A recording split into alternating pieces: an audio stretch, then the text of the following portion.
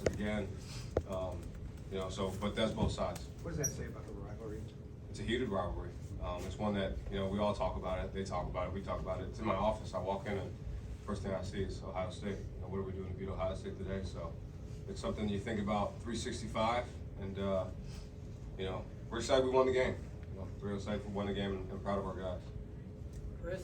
Coach's game's usually won and lost in the trenches. Can you just talk about how your defensive line play and then also your offense? I think our defense played outstanding. You held a high-powered offense again another week to 10 points, 77 rushing yards. This game has been won, I think, the last 20 years in the rushing battle. We had 172, they had 77, so that's usually the story of the game. So our guys played great, especially the D-line. The O-line played great when they needed to, and they got some real good push, and we kind of hammered them. And wind was a factor going towards the locker room and away from the locker room, so you couldn't throw as much and be effective in throw games. So you definitely had to have a good run plan. So I thought our guys did a good job. And then just Clell's run, what'd you see on that, and just the will? It's like the USC run all over again. You got people tackling in the backfield, and he's hard to bring down. He runs angry, runs physical. So proud of him. Career high, 32 carries, 116 yards. So, just all you can ask for. James? Sherrone, how important is maintaining emotional composure in this game? How do you guys preach that message? Yeah, you talk about playing with discipline and not emotion, and there's a couple times, and it happens in these rivalry games, especially this one every year. There's always some chip, some talk, some extra things going on, and you got to control that. So it's all about the emotions in the game. You can talk about it, you can do that in practice, but it's completely different when you get in the arena with the opponent. So you just got to completely, we got to do a better job of doing that, and so do that. Given what happened after the game, easier for you to speak about it when you're sitting in the winner's chair, but how important, or what do you think of the concept of losing gracefully? Yeah, I'm not. We didn't lose, so we won. So I'm not gonna worry about losing. Noah? Sherrone, obviously, you got the win as acting head coach last year, but first year as head coach of Michigan, beating Ohio State. What does that mean for you and just everything that you've done? It means everything, but it really is all about the players. Like I said in the post game, the Mason Grahams, the Kenneth Grants, the Josiahs, the Derricks, the TJ Guys, the Miles Hintons, the Josh Previous, Crippens, Gio, Evan Link, those guys up front. We talked about it all week. It's going to start up front, and the trenches win the game. And it's not really about scheme. It's not really about techniques. It's really about the will and the will to want to put your man in the backfield or put him across the line of scrimmage. And that's what we preached all week, and that's what those guys did. Please. The game was won by a field goal. Ohio State missed 2 throughout the game. Can you talk about your trust in Spada? And He's the man. He's an absolute animal. Just great kicker. Great dude. He's been a great addition to the team. I hope I can keep him for another year. He might go to the NFL, so I'll try to keep him. But he's really good.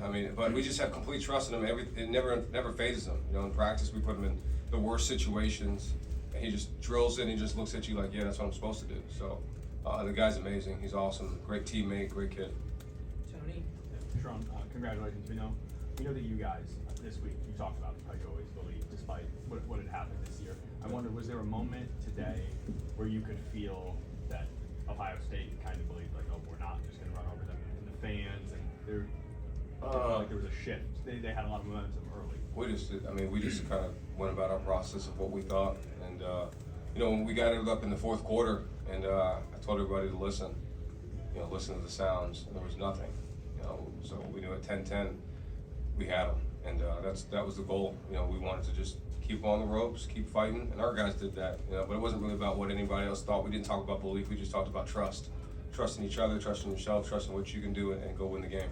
And then at the half, that touchdown right before the half really could have taken the momentum from you guys. How did you not let it? Play the next play, Fido. They've got really good players too. So we always talk about Fido, forget it and drive on. Big plays are going to happen. They're a good team, so that's what we did. Back right over here, Aaron. What was the week like in practice? Was it any different than normal? This week is always pretty intense. Every week's intense, but I think there's just a level of focus, a level of detail, of concentration that everybody knows what's at stake for this week. And those signs of what are you doing to beat Ohio State today get even bigger in your mind, thought process. So the process of what we did wasn't the same. Wasn't different. It was the same as we usually are. Reiner? Coach, the psychological edge you guys have gotten over the last 3 years, you think manifested itself going into this game? You guys know you can beat this team, so I don't know. I can't tell you what they think. I just know that our guys knew what we could do, and wasn't really worried about what they thought. And then what do you think this does for the program, and how does it change the complexion of the season and how it looks and everything?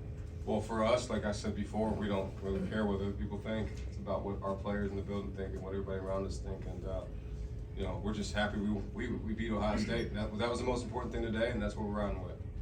In the back here with the hat on. Sherrone, you talk about preparing for this game all year long, and then even the week of, you guys don't really change anything up. But are you instilling in your guys, hey, if we win, we win, we lose, it really doesn't matter? Are you kind of taking that approach, or are you really drilling into their heads, do not lose this game today? Yeah, I don't think we ever say just do not lose. We just talk about how to win and what we need to do to win.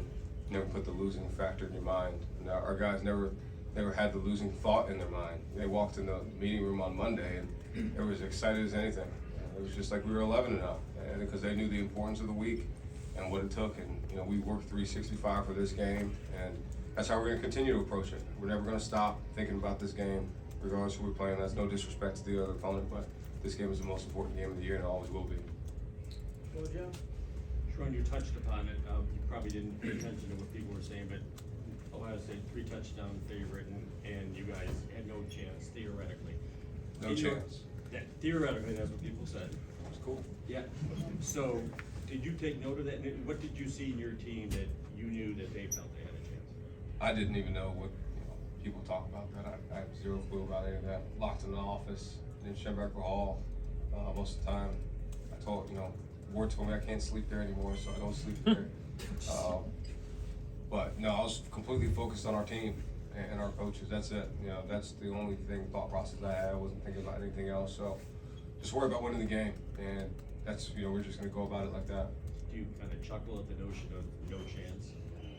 Yeah. Reiko.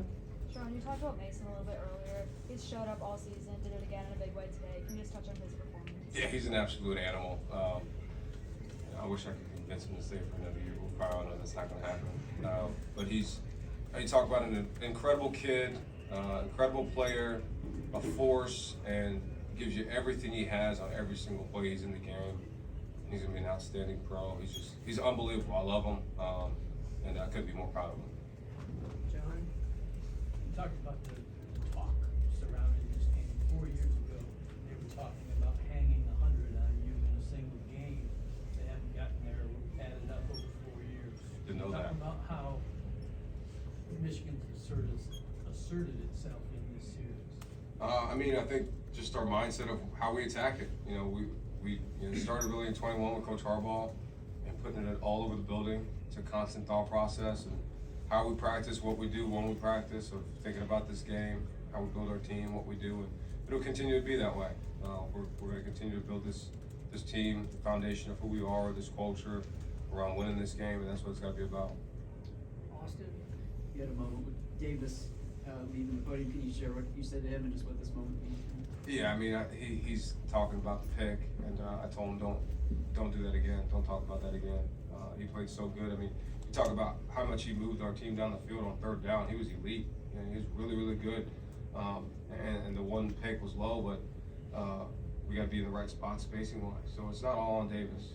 People probably try to criticize him. I'm not going to read anything, but I can tell you this dude played his heart out for this team and gave everything he could for this team to be the quarterback and go win here. But nobody probably gave him a chance. Nobody gave him a chance in life. And he's where he is now is success in itself. Angelique. Sherrone, it seemed like Ohio State Ryan Day was trying all season to prove that their toughness this season. How much did you emphasize out-toughing this team today? That's who we are, so we don't really need to talk about it. We're built, that's how we're built. We don't talk about toughness, we don't talk about that. How we're built in the weight room, what we do on the field, physicality, how we practice. That's just who who Michigan is. So we don't really need to talk about it. And also on offense, you were short-handed without Colston. Yeah. And then you lose Donovan. What's the halftime message to the team? Yeah, next man up. I told you Hogan Hansen got the first third down catch, and he's a true freshman. There's nothing bugs him, nothing worries him. And then obviously when you got Kalel and then ready for Jordan Marshall to go in there, so we felt like we had enough guys to go compete and go win, and we did. Charlie? Sherrone, we saw Makari walk in here with the game ball. Can you talk about how he and Amir and really the defense as a whole came up big when you needed it? I mean, I think just overall, you look at their stats, their lowest output total yards all year with 252. You know, we talked about as a team we had to win the time of possession. We did. We possessed it 33 minutes. They did 26. Defense, outstanding job. Let's see what the third downs were. Third downs were 16. And I mean, it started off with stopping the run. You know, they had a hard time running the football. It's hard to move KG and Mason and Rayshawn and Trey Pierce and all those guys. You see every day in practice. So it started with that, and then, you know, zeroing in on their playmakers, doing things to slow them down. We're not going to completely stop them, but I thought we did a great job of slowing them down. I'm gonna go with two more, and then we're gonna bring in Dom Zapata, so I'm gonna go with the back right there.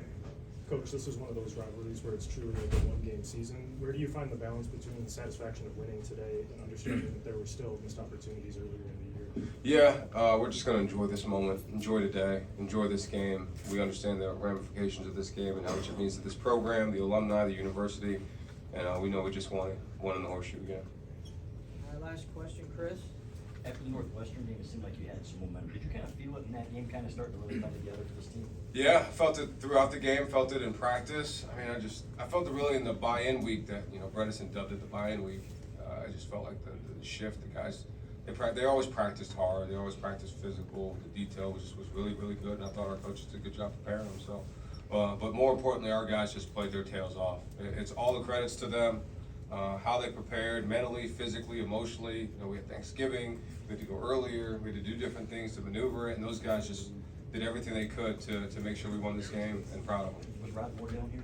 Rod was here. Okay. Yeah, Rod was here. Rod's a little wild on the sideline sometimes, but we love him.